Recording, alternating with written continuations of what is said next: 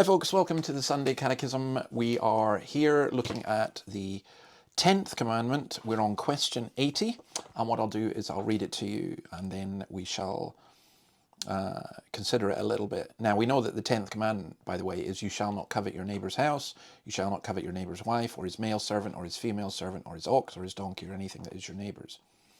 So question 80 is this: what is required in the 10th commandment? The 10th commandment requires us to be fully content with our own condition, with a right and loving attitude towards our neighbour and all that is his. It's funny. Yeah, I'll read it again actually. What is required in the 10th commandment? The 10th commandment requires us to be fully content with our own condition, with a right and loving attitude towards our neighbour and all that is his. I was going to say, it's funny that sometimes you can look at your neighbours and you kind of get an envy.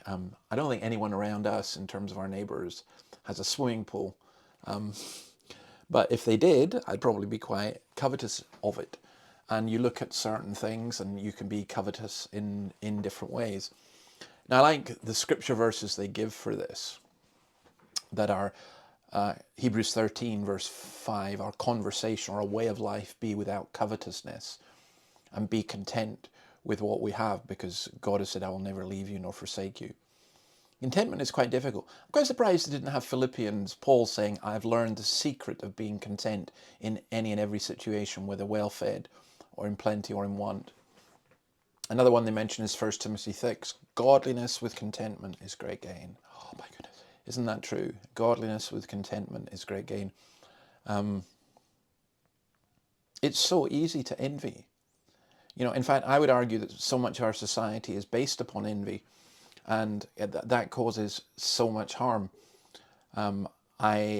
We get the weekend newspapers in hard print form, if you like, and it's quite funny. Both the Australian and the Sydney Morning Herald have all these, and the Newcastle Herald as well, have all these adverts for massive homes and, you know, great holidays and everything like that. But if I got them, what would it do? I remember a couple in when I was minister up in Baroda. This wasn't in Baroda, but it was in the Highlands.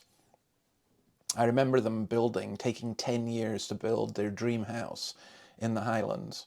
And when they finished, within a year, they sold it because it wasn't enough, and they went off to do another project. And who knows, they may continue like that for the rest of their life, because it just doesn't satisfy. Job 31 talks about, if I rejoice at the destruction of those who hate me. That's that kind of schadenfreude thing. We should be looking for the good of our neighbour, not their destruction. Rejoice with them that rejoice. Romans 12:15. Weep with those who weep. 1 Timothy 1:5. The end of this commandment is love out of a pure heart, and good conscience, and unfeigned faith. And 1 Corinthians 13, of course, love is patient, suffers long, is kind, it doesn't envy, it doesn't puff up, it's not proud, doesn't behave in an unseemly manner, doesn't seek things for herself, is not easily provoked, thinks no evil, rejoices in the truth, not in evil. So I think this whole thing is just a salutary reminder to us to be looking towards the good of others. I think primarily in our life we're looking for what is the glory of God. But the glory of God is reflected when we reflect his desire to bless people and to help people. So it isn't always easy. Sometimes your neighbours annoy you. It's kind of easy to love people in the abstract and in a distance. But to love people you live beside, to love people you live with, sometimes that's difficult. But we must not covet, we must not want what other people have, and we must seek to do whatever good we can with what we have. So God bless you. We shall finish off the 10 Commandments next week. Bye.